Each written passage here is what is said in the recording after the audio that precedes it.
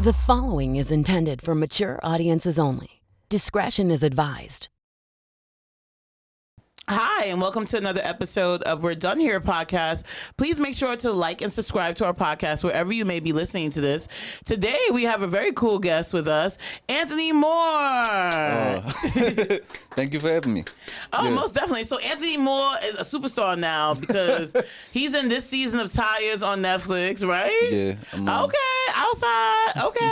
I didn't watch it yet, but we going to, right? What episode you in? I'm in episode 4, and I think another episode too. I think I'm in the episode. It's a shame. I haven't even watched me, but but I hear I'm in. I think episode 5 also. Okay, episode 4 and 5. I'll watch it. You know, supporting everybody black and whoever's not black, whatever.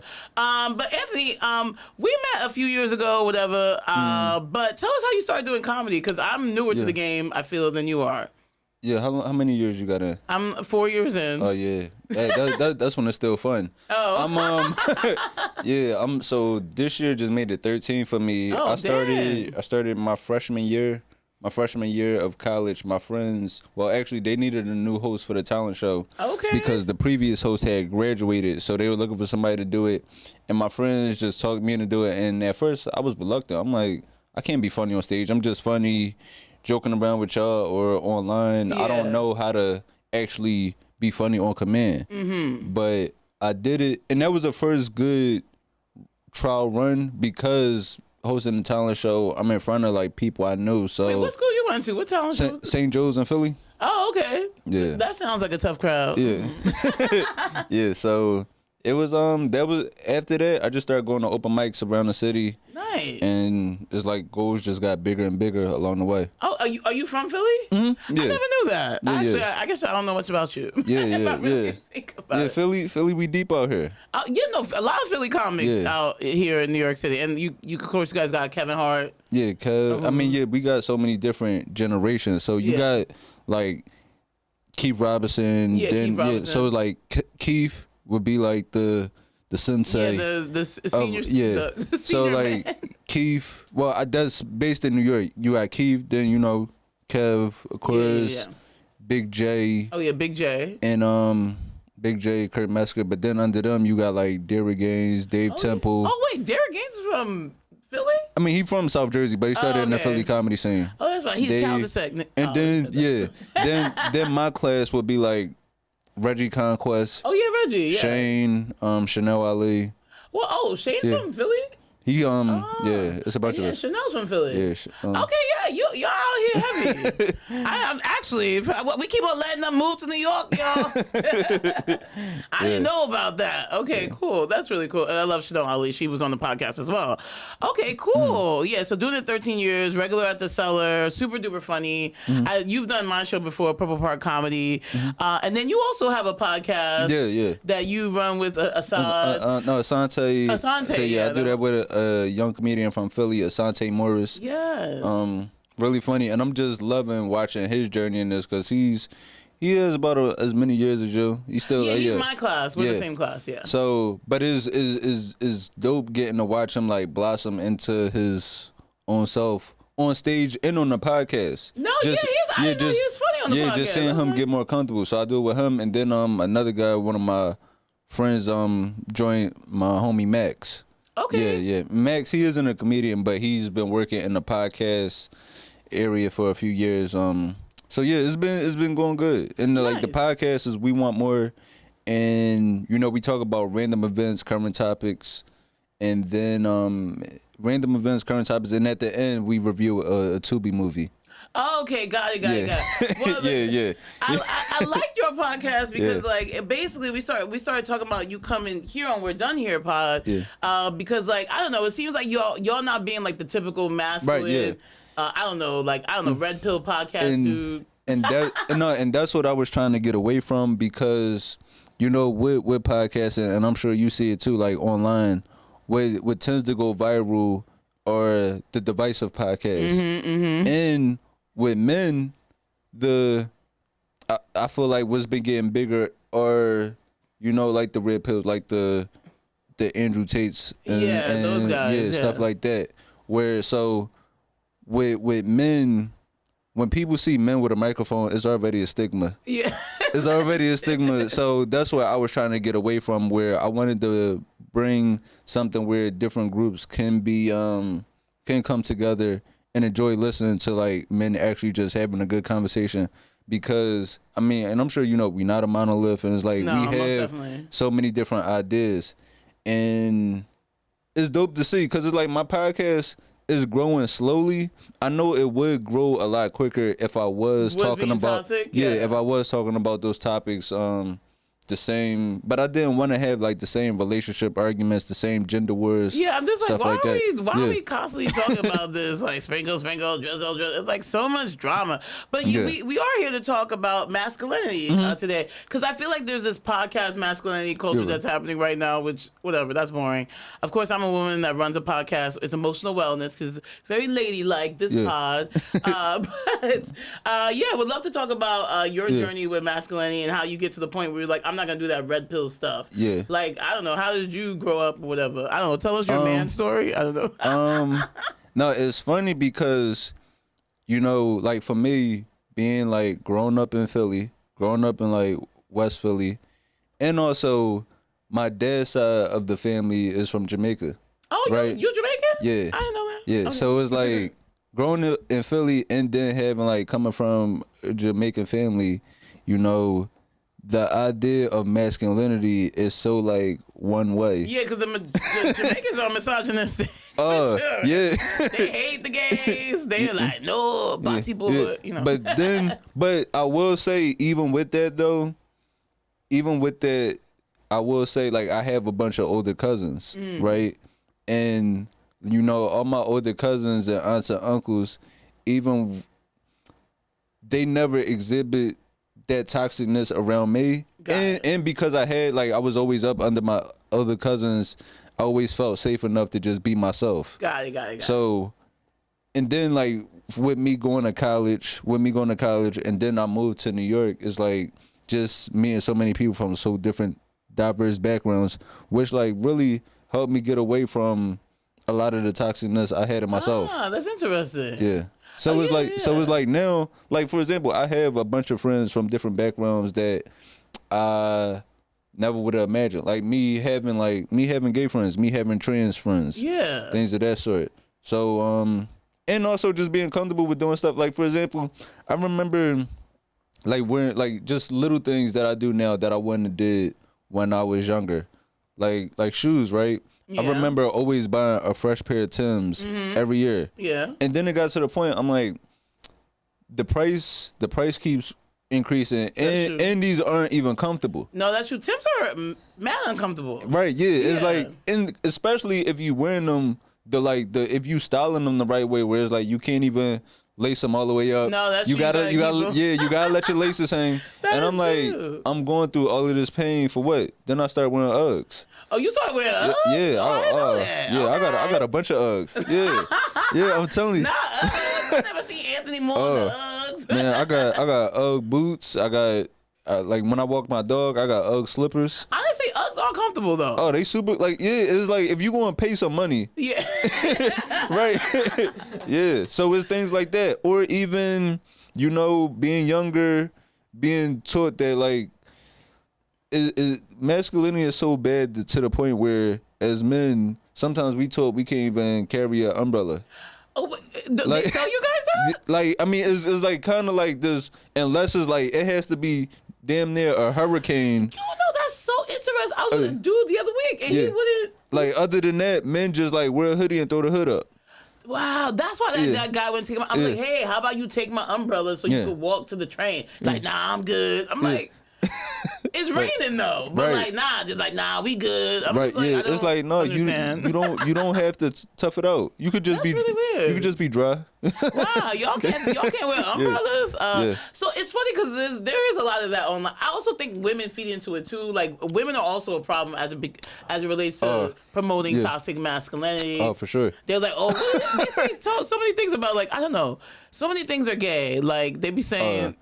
Even I got into it with a few women as far as a woman might say something to me out of line, right? Yeah. And then when I try to hold them accountable for it, for say, like for coming at me wrong, is why you arguing with a woman?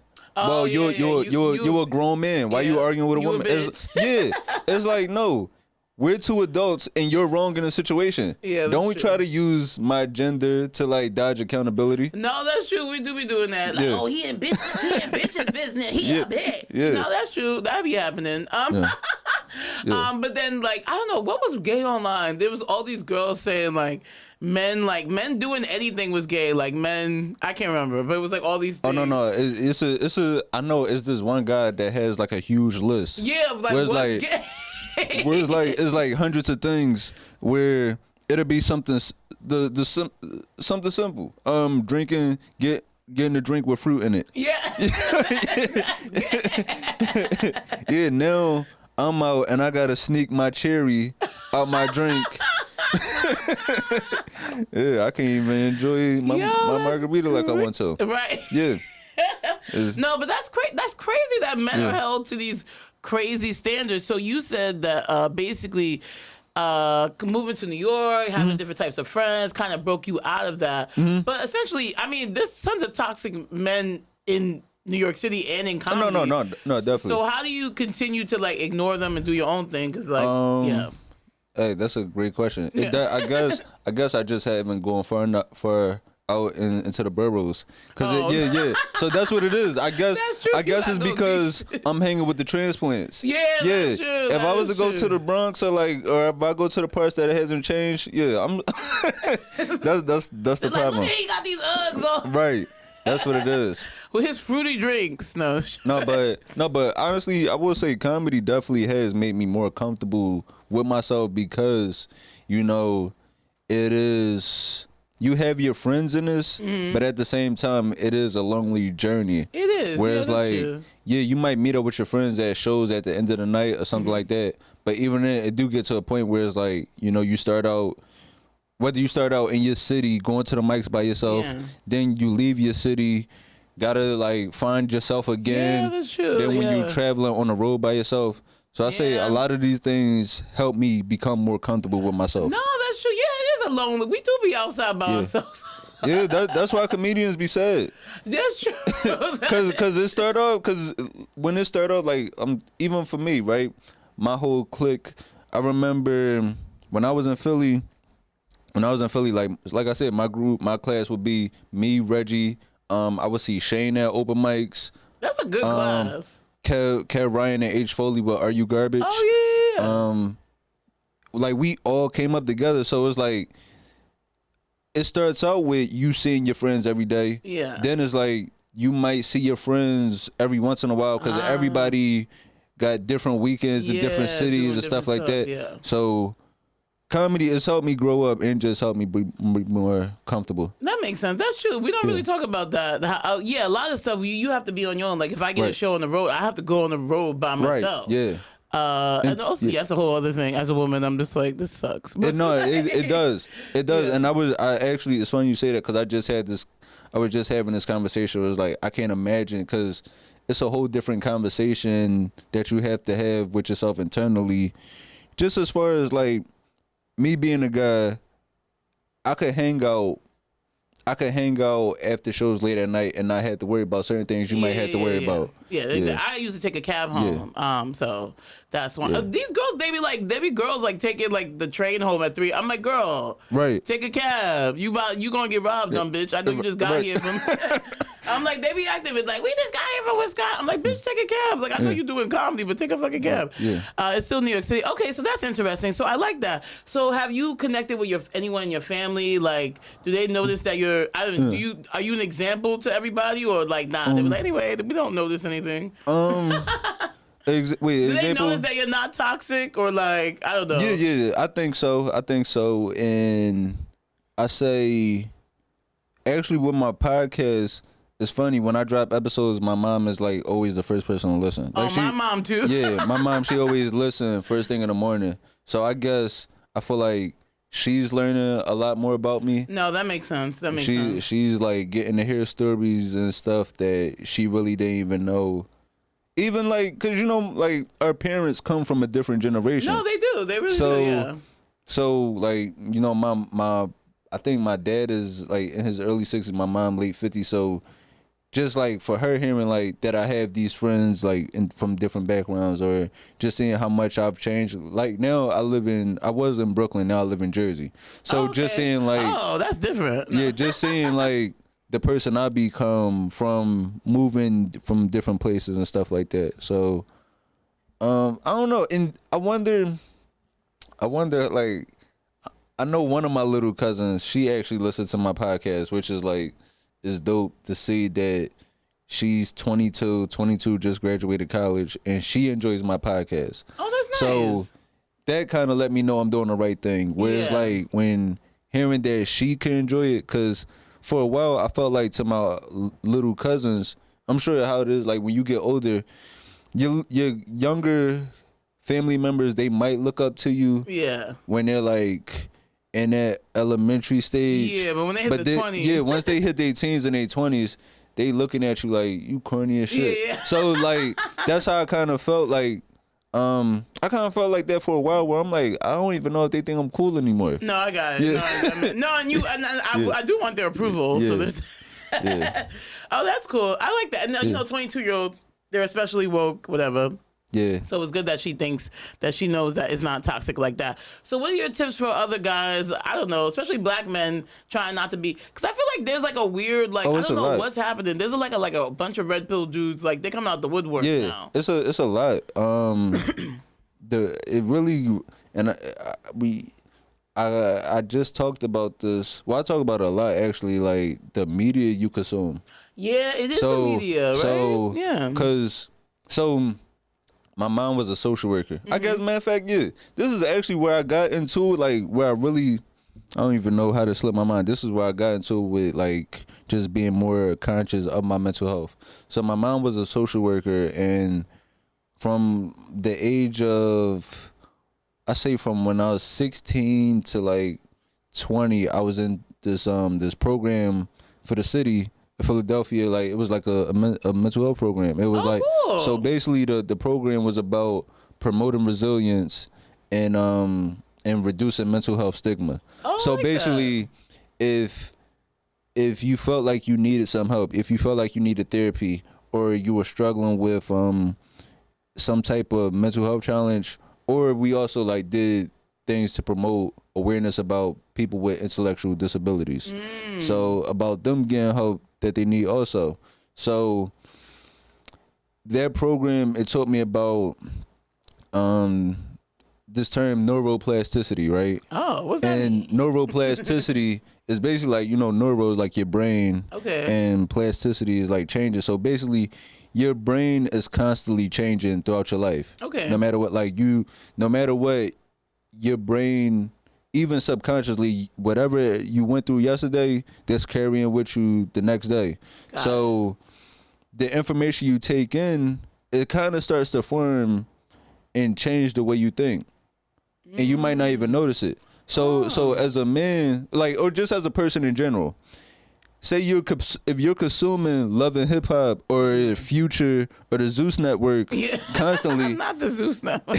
if you constantly taking that in, that's having some type of effect on you somehow. No, that's true. That is very true. Yeah, so it's like if you taking in negative media. So, and like, don't get me wrong, like I listen to Future all the time. Like I listen to Future on the way here. But it's like, but if you listen to certain things or like certain negative music or movies or just any type of media, that will play a big part on your mental health.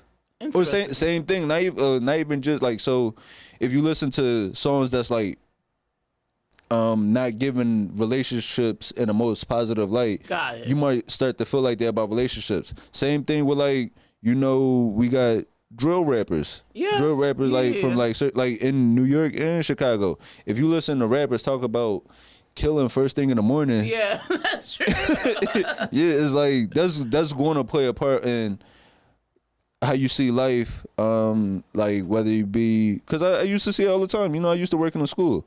Oh, did you? I was working in a school as a paraprofessional. So I would see it all the time with kids where it's like these 5th and 6th graders are listening to this music, not even aware of how it's really and they acting crazy shaping their outlook on things. That's true. That's interesting. That's an interesting program. So I try to be more mindful about like just the stuff I consume. Got it. And do you feel like basically you did that program, so also you were already open to like checking? That makes sense. Yeah, everyone needs to go to therapy. Do some mental health. Kind of thing, whatever. I think that's very helpful for men in general. There is a divide happening with the genders. Like women are really into therapy and men are like really not into it. Yeah. So it's kind of dividing the the sexes or whatever. And now we have our own movements. I don't know if you heard about the 4B movement. No. It's out of Korea. So basically, like, Korean men are very misogynistic, apparently. Like, it's a very misogynistic society. So I guess in Korean 4B, I don't know, but whatever. It's like no babies, no men. Basically, they're not talking to them anymore. Wow. They're like on the out, like they're out, like they're done with the men. So basically, there's like a whole movement going on over there. And then I guess girls on TikTok are talking about it, doing it here as well. It's like a strike until men get better. Wow. I don't know if that's gonna happen. No, but that does make sense for like, especially like those countries, because I even know how certain Asian countries feel if they have like, if they keep having daughters and not having a son. Oh yeah, China. One child policy. Yeah. One child rule. But now China is messed up because actually China is an interesting case. There's so many men now and not enough women. Right, yeah. So now the men they basically like their whole life is surrounded about getting a wife. Right. So actually they've actually come around to be better. Yeah. So kill female babies? I don't know. I don't know if that's a thing. Anyway, let's not talk about that. Okay, so that's really helpful advice. And how do you feel like masculinity manifests in comedy? Do you think it's easier to now? Because people think there's a lot of toxic men in comedy, but I also feel like there's a lot of like, I don't know, comics are weird people. I don't feel like comics are weird. No, comics are really weird. Do I think really strange individuals? I think masculinity. All right, the part that masculinity does play a big part in comedy. Mm-hmm. And it does. No, in so many ways. Even like I say for women. No, they don't think we're funny. No, not even just that. It's not that. Wait, sorry. It's not that just people don't think women aren't funny. I think there is also something too where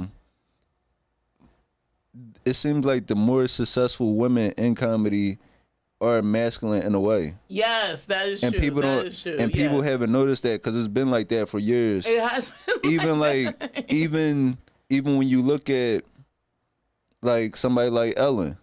Or the lesbians clean up. Right. Wanda. Ellen, that's what I'm saying. Yeah, Ellen, Wanda. Do clean up. There is something. I think there is like some kind of connection there where that's true. People are more willing to listen to a masculine woman for some reason. Yeah, no, that's true. And that's so interesting because it's almost like, what did this guy say? A male comic talked about this because he was talking about Jess Kirsten, who's super funny. Mm-hmm. She's been doing this. Yeah, she's another one too. She's like, but Jess Kirsten is a lesbian, and then he was like, well, Jess Kirsten almost had to do the ugly dude route to make it, which is like you grind for years and then you finally pop. And he was like, yeah, that was the ugly dude route. His theory was like, guys are like, always think women are getting something. It's like hot chicks, like they explode faster because some dude wants to fuck them or something like that, not because they're actually talented or something like that. Whatever he was saying, but he was basically saying. I don't think that's the reason.